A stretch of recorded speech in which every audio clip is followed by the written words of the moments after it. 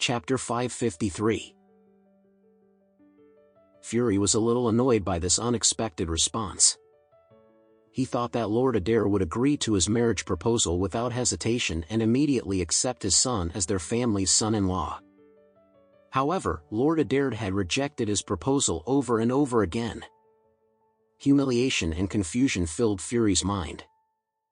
Edward was equally frustrated and said, "Lord Adair, why don't you want Faria to marry me?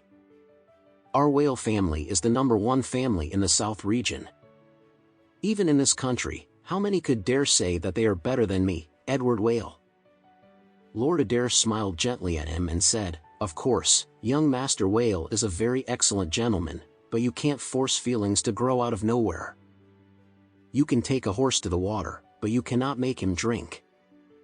For Lord Adair, it was hard for him to be too harsh against the father and son who did not have a clear conscience of the matter, so he could only beat around the bush and try to talk sense into them. Edward snorted irritably, feeling rather upset and agitated. He assumed the meeting would progress as smoothly as he had planned it, but it was harder than scaling Everest. Just when he pouted in irritation, Lucas arrived home. When Lucas saw Fury and Edward in their living room, he hurried forward and said politely, "Hi, Uncle Whale, Edward, what a surprise. Welcome to our house. May I know what's the occasion of the visit?" Fury smiled back at him and said, "Oh, hi, Lucas. I just sent Katza back to Sudbury this morning, but Edward and I plan to stay back in Orris Hill to find out who is the culprit behind Katza's illness. We are here to see your grandfather and hope that we can stay here for a few days." Then, he added, "Oh yes, by the way, do you think my son, Edward, and your cousin, Faria, is a match made in heaven?" Lucas blurted excitedly, "Of course. Of course, they are. They are a perfect match for each other." Fury nodded with a satisfied smile and said to Lord Adair, "Uncle Adair, see. You've heard what Lucas has said. I think even if you ask all the families in the South region, they will say the same thing as he did." Lord Adair pursed his lips, embarrassed. Lucas interjected frantically, "Grandpa, I think Edward and Faria would make a great couple.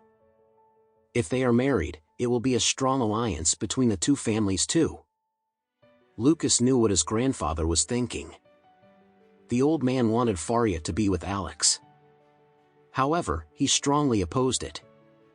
He was eager to persuade his grandfather to agree to the Whale family's marriage proposal. Lord Adair never expected his grandson to join forces with the outsiders to persuade him. Didn't he know that he wanted Faria to be with Alex? In his heart, Lord Adair knew that Lucas was aware of his intentions, thus, he took the Whale family's side because he didn't want anything to happen between Faria and Alex. Because of this, Lord Adair felt even more disappointed with Lucas.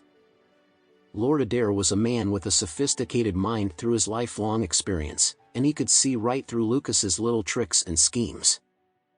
He cleared his throat and said flatly, "Lucas, you are not in place to persuade me about your cousin's business." Lucas's heart skipped a beat in fear. He shut his mouth quickly, knowing that he had upset his grandfather. Just then, Alfie, the butler, came in from the main door and announced, "Master, Miss Faria is back. She is in the garage now."